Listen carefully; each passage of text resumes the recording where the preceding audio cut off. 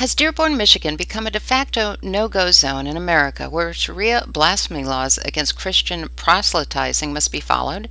Is it a place where Muslim violence and intimidation replaces tolerance and pluralism? Watch this United West investigation and you be the judge.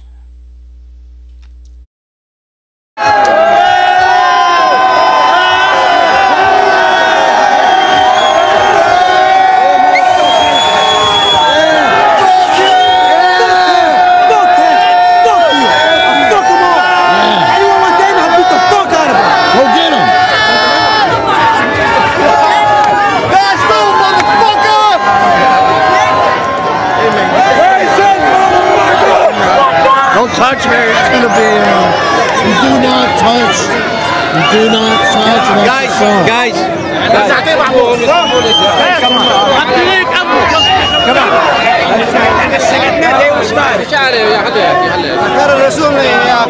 Right, sis.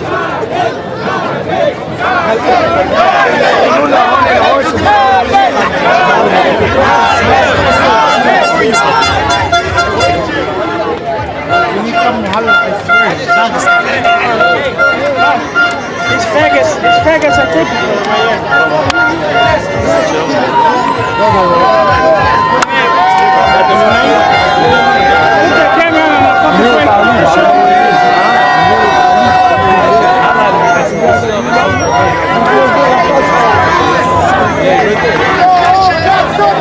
There's no expectation of privacy out here, dude. Yeah, I'll break that motherfucker. What was that? Put that on my face one more time and I'll break that motherfucker. Yeah? Yeah. That's a promise. All right.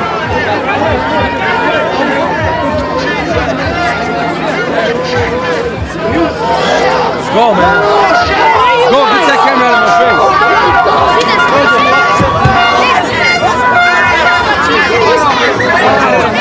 He's right there. He's over there. He's right there. Over there. In the car. Right there. He's back this way. No, I'm telling you. He's like this. I seen him go like this. What's up, bitch? What up, bro? I'll knock you out, bitch. Why are you getting in his face? Fuck out of here, man. Get that camera out of my face. Beat that again! Beat that again! Beat that again! Bring it on.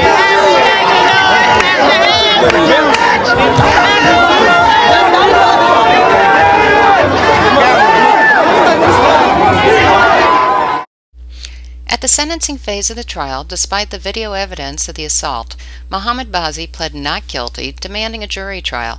1 year later, a jury found Mohammed Bazi guilty of assault. Defendant number 1, Ali Hazima, pled guilty to assault and battery, was charged with a $300 fine and given a slap on the wrist. Defendant number 2, 36-year-old Mohammed Bazi's court records show that in 1995 he had an assault and battery conviction, 2002 domestic violence conviction, 6 vehicle-related convictions, a drug paraphernalia conviction, and in 2012 a window peeping conviction. Now the sentencing for the 2011 assault you just saw. During the sentencing phase of the trial, Bazi's prior window peeping conviction was addressed by Judge Summers. This deviant sexual behavior, known as window peeping or being a peeping Tom, is considered a gateway crime, an act that leads sexual offenders down an escalating crime path. The allegations were that Mr. Bazi was looking in the windows of a number of different addresses. For a good laugh, pay close attention to what Judge Summers said police found in Mohammed Bazi's pants pockets. Lotion in one pocket, a wad of toilet paper in the other pocket, and peeping in windows that are not associated with you gives the court a pretty fair idea of what's going on, Mr. Bazi. I understand what the plea is. Fine is $500, that's the maximum. Court costs $100. Probation goes along with the other cases.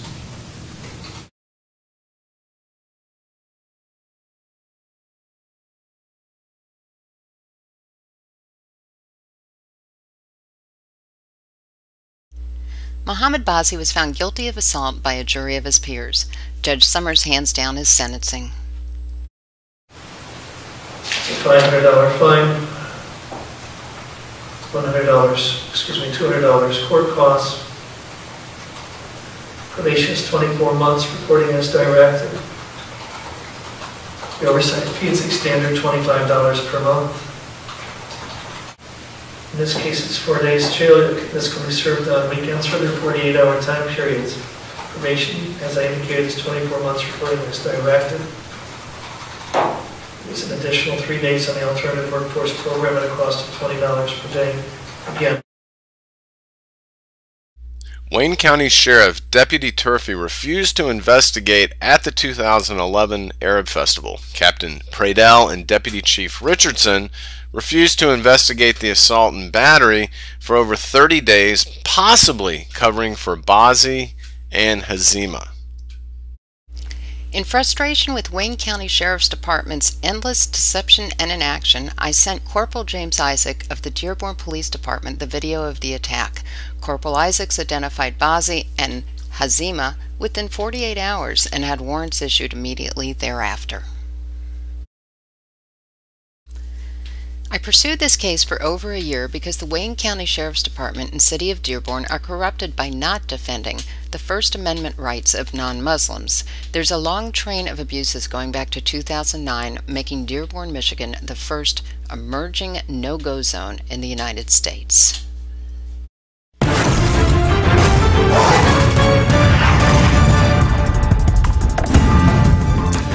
Dearborn, Michigan again, and just to give some background and context here, this is the center of the Islamic community in all of North America, one of the largest Muslim diasporas in the entire world. A Muslim has been charged with attempted murder for trying to run down a Christian protester. Frankly, I'm not surprised.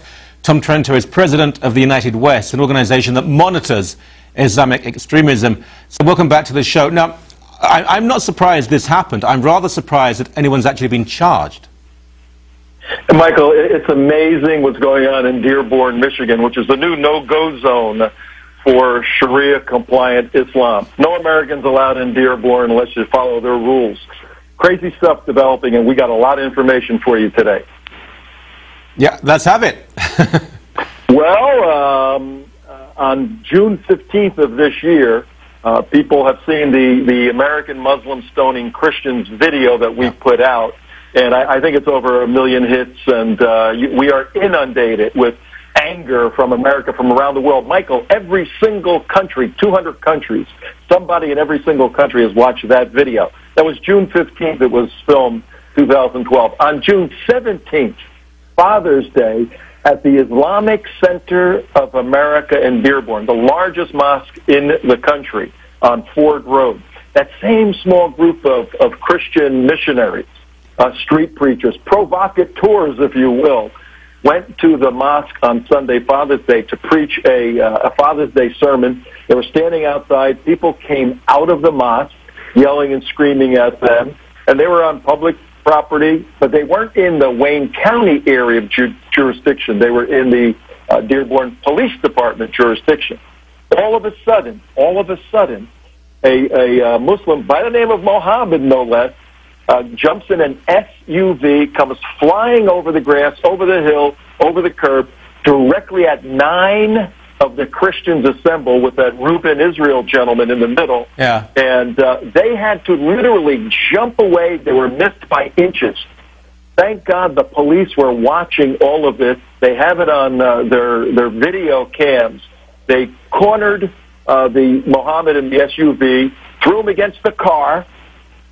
Security people came out from the mosque, the Islamic Center of America at Dearborn, started yelling at the police. The police almost arrested them. They arrested this individual, charged him with 9 counts of attempted murder, put him in jail. He got bonded out immediately, a big-time lawyer, and guess what?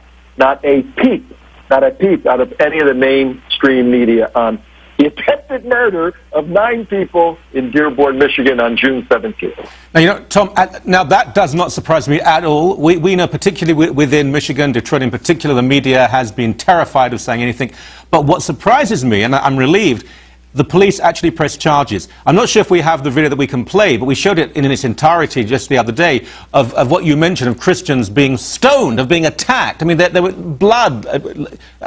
leaking from them. I mean, they were hemorrhaging, for goodness sake, after being attacked by a Muslim mob. You had little girls in hijabs saying F you and F you and F you, and the most filthy language.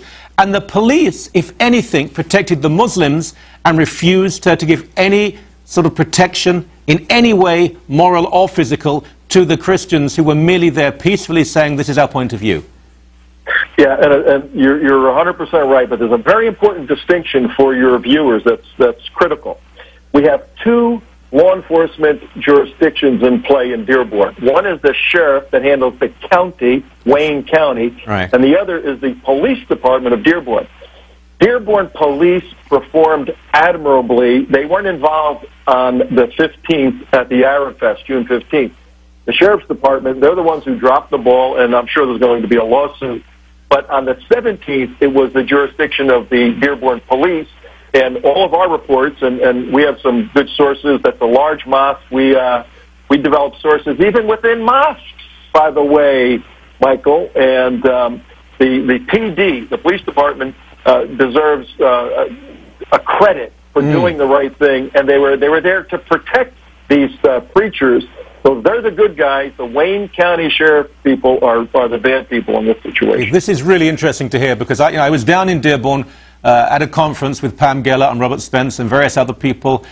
We had a man who'd been a slave in Sudan, a black Christian who'd been a little boy, a slave in a Muslim family. I mean, people who doubt these stories, please do your research, do your reading. Now, there were police protecting us there, because there were people outside who wanted to get at us, if you like.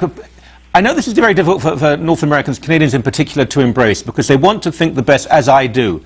But there is this gaping double standard now where a Muslim can break a law, can attack someone, and it will be covered up, explained, justified. If a Christian even talks about his faith, or even opposing Sharia from a non-Christian point of view, Pam Geller's not a Christian, immediately they're attacked, and that becomes a news story.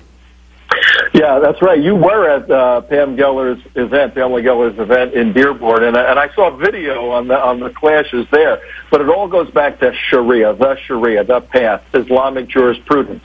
In their doctrinal book called Reliance of the Traveler, if you look up the section on slander, slander means saying anything. You got this, Michael? This is a new concept in the West. Slander means saying anything that upsets Muslims. If you upset the emotional or psychological stability of a Muslim, you have committed slander.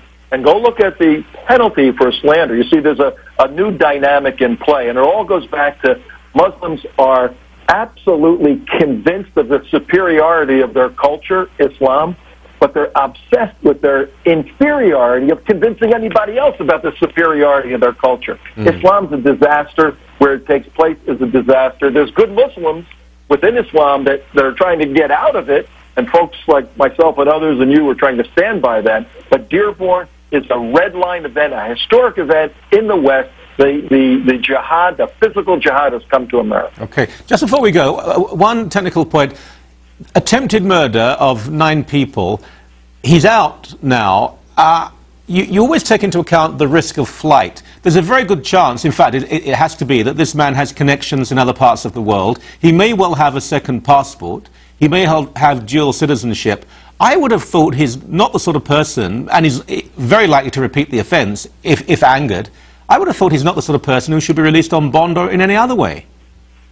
Not only should he not have been released on bond or have a gigantic bond, but this guy needs to be watched because he is de facto a flight risk. And where is President Obama on this? When Harvard, when a cop knocks on a door, the president's having beer parties and trying to bring everybody together. 9 American citizens in Dearborn were almost killed by a Muslim. Where's the president speaking out? Where's his anger, his righteous indignation? He's silent, and he's complicit, and he's collaborating with the Brotherhood on this. This is horrible.